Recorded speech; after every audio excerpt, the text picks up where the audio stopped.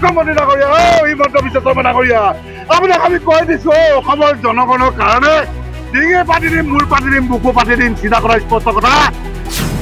আপুনি আঁচনি বন্ধ কৰক, অসম উন্নয়ন কৰা চিন্তা কৰক। যি কৈছিক ৰায় বুলি এজনক দায়িত্ব দিলে, মন্ত্ৰী দায়িত্ব দিছে, সেইজন অপদাৰ্থ। আজি দাইল কিমান, বিলাহী দাম কিমান, আলু দাম কিমান, পিঁয়াজৰ দাম কিমান, ৰূপচী দাই খুদক যদি তেখেতে গম পায়। চাওক, আমি অসমীয়া আজি প্ৰতিবাদী কাৰ্যসূচী লৈছো। ইয়াৰ কাৰণ হ'ল মূল্য বৃদ্ধি।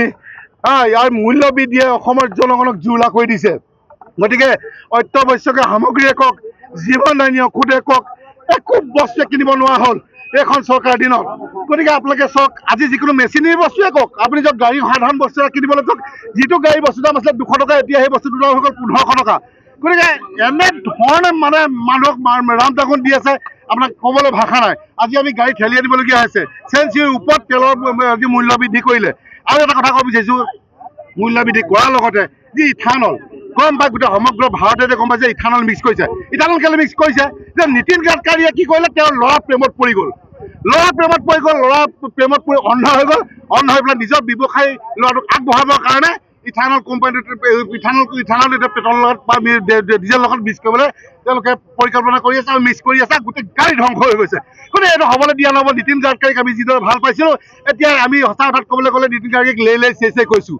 আৰু এটা কথা ক'ব বিচাৰিছোঁ, আজিৰ ডেটত আপোনালোকে চাওক যে যোৱা ইলেকশ্যন যেতিয়া ইলেকশ্যন হ'ব, তেতিয়া হিমন্ত বিশ্ব শৰ্মাই কি কৰে যে মই তেল দিম, দাইল দিম, আলু দিম, চেনি দিম, নিমখ সকলোৱে দিয়ে তেখেতে। যে মোক ভোট দিয়ক, মোক জিকাই দিয়ক, মই সকলো দিম। আজি কি হ'ল, আজি দাদা আপুনি চাওক কেইটা অকল চাউলটো পাই আছে, একো দাইল তেল আলু একো নাই পোৱা। গতিকে ইমান ডাঙৰ টুপি পিন্ধাব লাগেনে? আঁচনিৰ নামত আঁচনি, আৰু আঁচনি কোনে খুজি আছে? আৰে জনগণৰ উন্নতিৰ কথা চিন্তা কৰা, অসমৰ উন্নতিৰ কথা চিন্তা কৰা। সোণৰ অসম গঢ়ি দিয়া। তুমি কি সোণৰ অসম গঢ়িলাহে?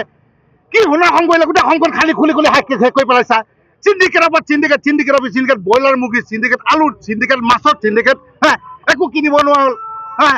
গতিকে চিএমপুৰ গেট পাৰে হ'ব নোৱাৰে একো এটা বস্তু, অকল চিণ্ডিকেটৰ পৰা চিণ্ডিকেট। গতিকে চিণ্ডিকেট যদি বন্ধ নহয়, কেনেকৈ আমাৰ মূল্য বৃদ্ধি ৰোধ কৰিব?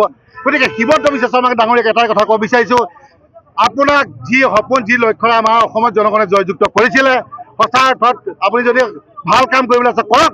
অন্যথা কিন্তু 2029 চনত আমি শুনি আছোঁ যে আকৌ ইলেকশ্যন হ'ব।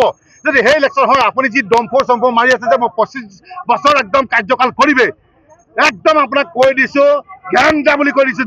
জুবিনদাৰ আজি আমি জুবিনদাক আজি মনত পেলাবলগীয়া হৈছে যে ঘেণ্টা বুলি কৈছে। আপুনি 25 বছৰ নালাগে, 25 দিনো আপোনাক টিকিবলৈ নিদিওঁ। অসমৰ জনগণে আমি অসমীয়া জনগণে চিন্তা কৰা স্পষ্ট কথা।